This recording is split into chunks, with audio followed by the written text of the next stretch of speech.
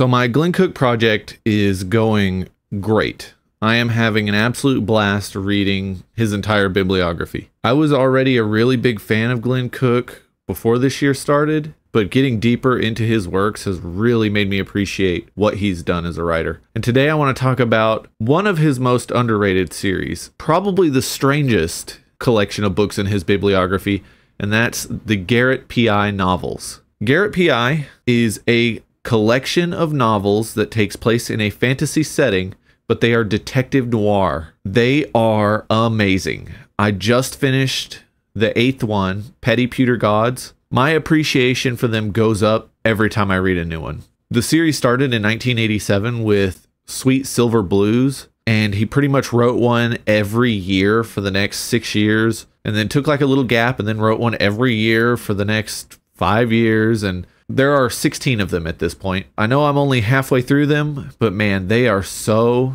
good. Part of the brilliance of this series is he has taken all of the tropes from Raymond Chandler and Dashiell Hammett and has created this love letter to noir fiction, while at the same time poking fun at a lot of traditional fantasy tropes and noir detective tropes. I think that these stories are such a great commentary on both genres, and it's just so amazing that he managed to put them together into this wonderful world. It is so easy for the reader to look at Ton Fair, which is the city where Garrett lives, and just think, oh, this is just like a lazy satire of noir fiction and fantasy.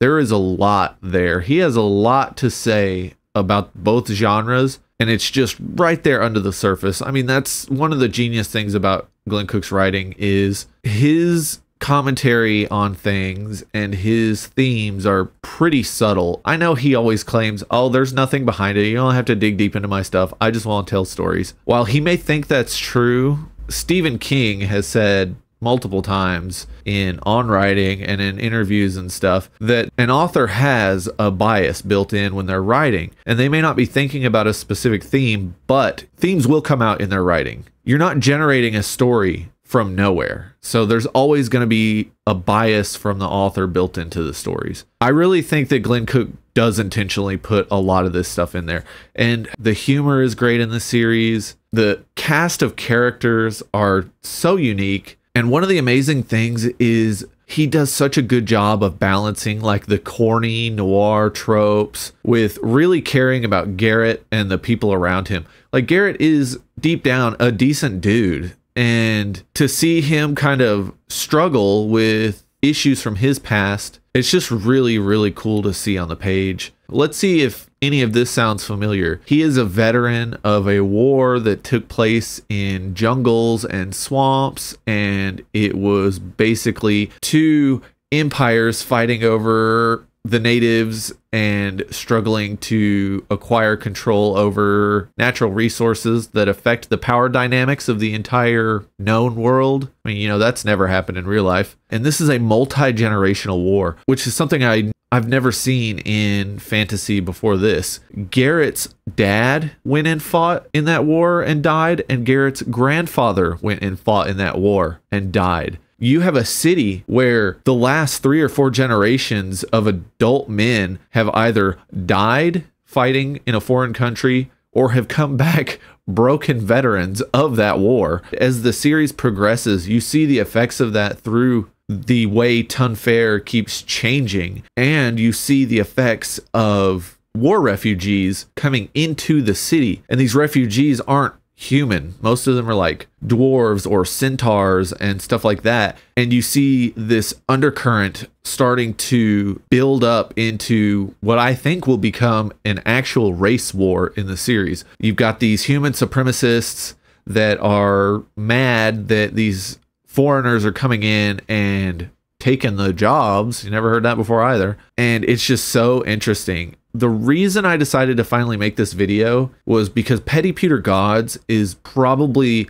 one of the best books in the series so far. It did such a good job of digging into all this social commentary. The name is Petty Pewter Gods, so it's easy to guess. It has to do with the gods in this fantasy setting. The way he sets up how gods work in this world is genius. Like, I'm going to give this part away because it doesn't spoil anything in the novel. There is a street in Tunfair that is the street of the gods, basically, and every organized religion has a temple there. Starts on one end of the street where the big lavish temples to the most popular gods are, and then it slowly turns into these slums by the docks where there's like these little hole in the wall buildings that the last few followers of these basically forgotten gods are trying to keep a toehold on their legitimacy as a religion. When you lose that legitimacy, you are pushed out, and those gods tend to just disappear. They're no longer believed in. They don't have followers. Gods mainly manifest based on the strength of the beliefs of their followers. It's so fascinating, and I'm not going to get into it, but where these gods came from was so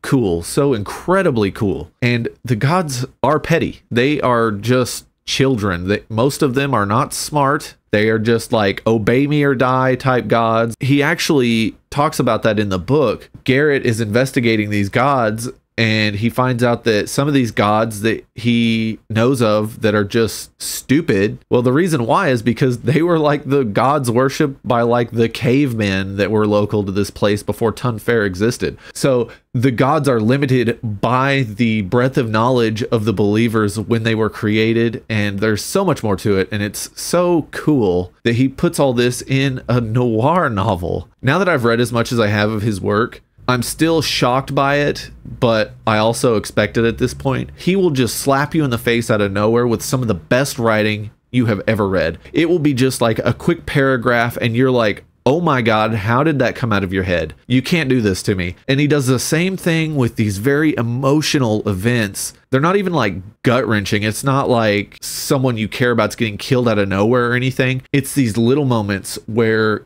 Garrett has like this heart-to-heart moment with someone else or relives a memory, and you're like, wow, that was incredibly beautiful. What is it doing in this semi-satire of the fantasy and noir genre? It's just so magnificent. I just wanted to make a video telling people about the series.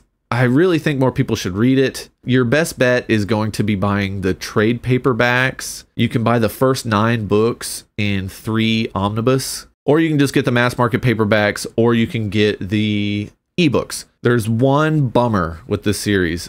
There are no audiobooks.